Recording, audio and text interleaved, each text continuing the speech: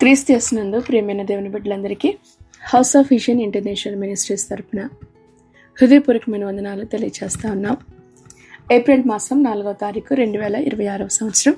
నేటి వాక్య ధ్యానం యెషయా గ్రంథం 53వ అధ్యాయం 9వ వచనం. అతడు మరణమైనప్పుడు భక్తిహీనులతో అతనికి సమాధి నియమింపబడెను, ధనవంతుని యొద్ద అతడు ఉంచబడెను. నిశ్చయముగా అతడు అన్యాయం ఏమీ చేయలేదు, అతని నోట ఏ కపటమునూ లేదు.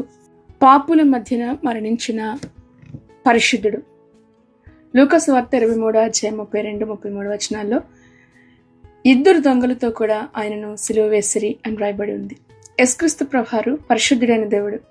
అయితే ఎవరి మధ్యన ఆయన మరణించాడంటే దొంగల మధ్యన, నేరస్తుల మధ్యన. కానీ ఆయన పాపం ఎరిగిన దేవుడు, దేవుని కుమారుడు. ఆయన పాపం చేయలేదు. లోకం ప్రభు అయిన యేసుక్రీస్తు ప్రభువారిని నేరస్తుడిగా చూసింది. కానీ ఆయన రక్షకుడు, లోకాన్ని రక్షించే రక్షకుడు, లోక పాపమును మోసుకొని పోవు దేవుని యొక్క గొర్రెపిల్ల. ఈరోజు నీ వాక్యం వింటున్న మీ జీవితాల్లో కూడా ఇలాగే జరగచ్చు. నువ్వు యథార్థంగా సత్యంతో నువ్వు బ్రతుకుతున్న ఇతరులు తప్పుగా అర్థం చేసుకోవచ్చు.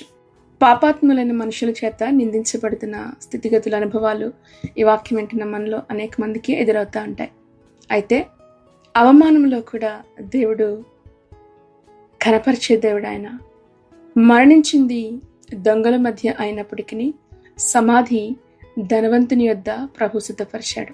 మనుషులు తీర్చే విధానము వేరు, దేవుడు గణపరిచే విధానము వేరు. అవమానములో ఘనత ధనవంతుని యొద్ద ఆయన ఉంచబడెను.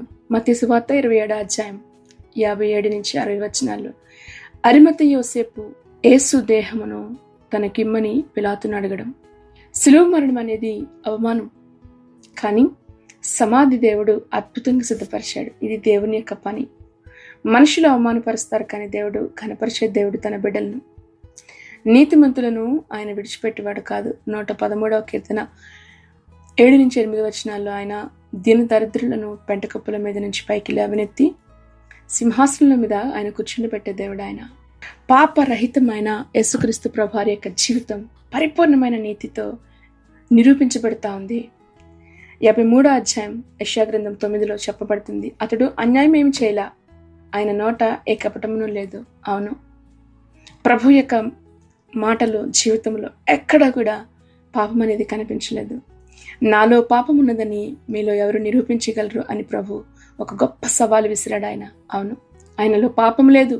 మనం పాపులమై ఉండగా మన కొరకు ప్రభువారు మరణించి తిరిగి లేచి పునరుద్ధరణ తిరిగి లేచాడు. ఆయన పాపం ఎరుగని ఆయన మన కొరకు పాపముగా ఆయన చేయబడ్డాడు.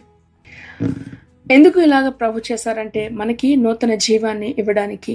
లోక పాపమును మోసుకుని పోవు దేవుని యొక్క గొర్రెపిల్లగా ఆయన వచ్చాడు. ఆయన ఇంకా మనము పాపులమై ఉండగా మన కొరకు ఆయన చనిపోయాడు. ఆయన నిర్దోషి, మనం దోషులం. అయినా కానీ మన యొక్క స్థానాన్ని ప్రభువారు తీసుకున్నారు. ఈరోజున ఈ వాక్యం వెంటనే మీరు అన్యాయంగా బాధించబడతా ఉన్నారా? అయితే యేసుక్రీస్తు ప్రభుని గుర్తు చేసుకోండి. దేవుడు నీ యొక్క బాధను చూస్తాడు. నీ యొక్క కష్టం వృధా కాదు. ఆయన నీ జీవితం కొరకు సాక్ష్యాన్ని కలిగి ఉంటాడు. ఆయన అద్భుతమైన ఏర్పాటు దేవుడు నీ కొరకు ఆయన చేస్తాడు. దేవుని యొక్క నీతిలో మనం నడిచినప్పుడు ఆయన మన జీవితాన్ని ఘనపరిచే దేవుడు. ఆయన నీ జీవితపు కథను ఆయన మార్చగలుగుతాడు. సిలువ, సమాధి, పునరుద్ధానం, అవమానం నుంచే మహిమను ప్రభు దయచేసే దేవుడు. దేవుని సంకల్పం చొప్పున పిలువబడిన వారికి సమస్తము సమకూడి జరుగుచున్నవని ఎరుగుదుము అని రోమీయులకు రాసిన పత్రిక 8వ అధ్యాయం 28వ వచనం మనకి జ్ఞాపకం చేస్తూ ఉంటుంది కదా. యేసుక్రీస్తు ప్రభు మనకి నూతన జీవాన్ని ఇవ్వడానికి ఆయన వచ్చాడు. ఆయన కానీ దొంగల మధ్యన ఆయన సిలువ వేయబడ్డాడు. దోషుల మధ్యన ఆయన మరణించాడు. వారితో సమానుడు అని చూపించడానికి లోకం ప్రయత్నం చేసింది. కానీ అద్భుతమైన దేవుని యొక్క ప్రణాళిక ఆయనను వేరుపరిచింది.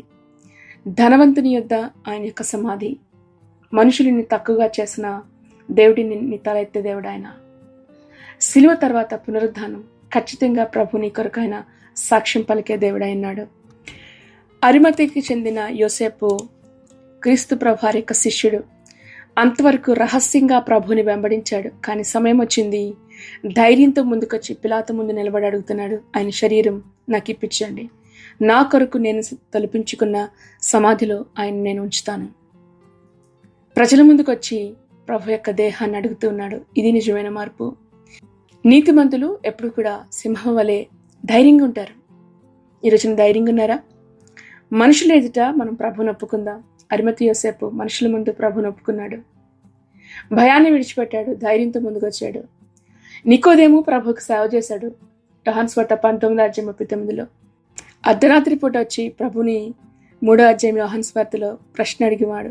నేను తిరిగి జన్మించాలంటే తల్లి గర్భంలోనికి వెళ్ళాలా అని అడిగిన నికోదేము యేసుక్రీస్తు ప్రభువారి యొక్క శిష్యుడు.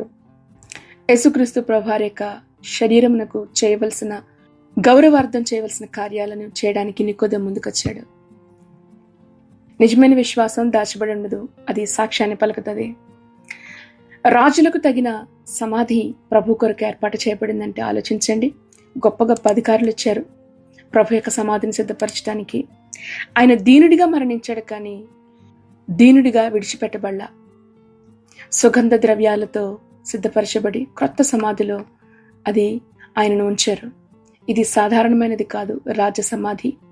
ధనవంతుని యొద్ద ఆయన ఉంచబడిన అనే ప్రవచనము నెరవేర్పు కొరకు దేవుడు అరిమతయి యోసేపుని ముందుగానే ప్రభు సిద్ధపరిచాడు. క్రొత్త సమాధి అంటే ఇంతకు ముందు ఎవరు అక్కడ పెట్టబడలేదు, ఆయన అక్కడ ఉంచబడలేదు. ఎవరు వాడని స్థలం అది. నిర్దోషమైన దేవుని గొర్రెపిల్లగా మరణించిన క్రీస్తు ప్రభు వారికి ప్రత్యేకమైన స్థానాన్ని ప్రభు ఏర్పాటు చేశాడు. అది ప్రేమ గెలిచిన రోజు. శిష్యులు పారిపోయారు, ప్రజలు తిరస్కరించారు. లోకం ఆయనను దొంగలతో పాటు సిలువ వేసి దొంగలలో ఆయన ఒకడు అని నిరూపించడానికి ప్రయత్నం చేసింది. కానీ ప్రభు కొరకు ఏర్పాటు చేయబడిన ఏర్పాటుని గురించి ఆలోచించండి. లోకం నిన్ను విడిచిపెట్టిన, వెలివేసిన నిజమైన ప్రేమ ఎప్పుడు కూడా నీ కొరకు సాక్ష్యం పలుకుతుంది. అదే దేవుని యొక్క ప్రేమ. యెషయా ప్రవచనం నెరవేర్పు కొరకు దేవుడు అరిమతయి యోసేపును సిద్ధపరచుకున్నాడు. నికోదేము ముందుకొచ్చాడు. ధనవంతులు, భాగ్యవంతులు, పేరు ప్రఖ్యాతులు కలిగిన వారు ప్రభు యొక్క సమాధి కార్యక్రమం చేయడానికి ముందుకొచ్చారు. ఈ రోజున దేవుని యొక్క వాక్యాన్ని వింటున్న మీరు ఇంకా రహస్యంగా ప్రభుని వెంబడిస్తున్నారా? సీజనల్ క్రిస్టియన్స్గా మీరు చలామణి అవుతూ ఉన్నారా? దేవుని యొక్క ప్రేమ బహిరంగంగా ఒప్పుకునేది. సిద్ధపరచబడాలి. సమయం వచ్చినప్పుడు ప్రభు కొరకు నిలబడగలగాలి. ధనవంతుని యొద్ద ఆయన ఉంచబడెను, ధనవంతుని యొద్ద ఆయన ఉంచబడెను. యేసుక్రీస్తు ప్రభు ఓడిపోలేదు. ఆయన రాజుల రాజుగా తిరిగి రాబోతున్నాడు. ఆయన రాజుగా సమాధి చేయబడ్డాడు. మరణం ఆయన ఆపలేకపోయింది. ఆయన తిరిగి పునరుద్ధరణే లేచాడు. ఓ మరణమా, నీ విజయం ఎక్కడ? ఓ సమాధి, నీ విజయం ఎక్కడ అని ప్రభు అడిగిన దేవుడు ఆయన. రాజుగా మీ హృదయాల్లోనికి ఆహ్వానించండి. ప్రభు నీ కొరకు ఏర్పాటు ఎంతో అద్భుతమైనది. దేవుడు నీ కొరకు దాచి ఉంచిన భవిష్యత్తు ఉన్నతమైనది. విశ్వాసంతో దేవుని యొక్క కార్యాల కొరకు ఎదురు చూద్దాం. ఈ యొక్క వాక్యం ద్వారా ప్రభు మిమ్మల్ని అందరినీ దీవించి ఆశీర్వదించును గాక. ఆమేన్, ఆమేన్. తలలు వంచుదాం, కళ్ళు మూసుకుందాం, ప్రార్థనలోకి విందాం. మహాపరిశుద్ధుడైన తండ్రి, మీ పరిశుద్ధ నామమును బట్టి మీకు వందనాలు, మీకు స్తోత్రాలు చెల్లిస్తున్నాము. భక్తిహీనులతో ప్రభా, నీవు మరణించినప్పటికీ కూడా నీ సమాధిని బట్టి నువ్వు ఏర్పరిచిన ఏర్పాటు ఎంత ఉన్నతమైనది ప్రభా. ధనవంతుని యొద్ద నీవు ఉంచబడ్డావు. అరిమతయి యోసేపు ప్రణాళికలో, ఉద్దేశ్యంలో ప్రభా ఇదిగో ముందుకొచ్చి నేను నీ కార్యక్రమాలు జరిగించాడు. నీ కొరకు చేసిన అద్భుతమైన ప్రభా ఏర్పాటును బట్టి వందనాలు. నేను నమ్ముకున్న బిడ్డలు నిశ్చయంగా నువ్వు విడిచిపెట్టేవాడో కాదు దేవా, నీకు స్తోత్రాలు. లోకమునకు నీ విలువ అర్థం కాలేదు, కానీ నీ ఏర్పాటు, నీ ఉద్దేశం, నీ ప్రణాళిక నువ్వు నెరవేర్చిన దేవుడవు, నీకు వందనాలు. రాజుల రాజుగా ఈ లోకానికి నువ్వు తిరిగి రాబోతా ఉన్నావు ప్రభా, నీకు స్తోత్రాలు చెల్లిస్తున్నావు. మా కొరకు శిలువ మరణాన్ని ప్రభా నువ్వు అనుభవించిన దేవుడవు, సమాధిలో పెట్టబడ్డావు, మహిమతో తిరిగి లేచావు. పునరుద్ధానపు విజయంని ప్రభా నువ్వు మాకు అనుగ్రహించటకు నువ్వు చేసిన ఈ కార్యాలు అన్నింటిని బట్టి నీకు స్తోత్రాలు చెల్లిస్తున్నావు. నిశ్చయముగా ఇదిగో ఈ వాక్యం వెంటనే ప్రతి ఒక్కొక్కరిని కూడా మీరు దీవించి ఆశీర్వదించి అరిమతయి యోసేపు లాంటి ధైర్యాన్ని ఇవ్వండి.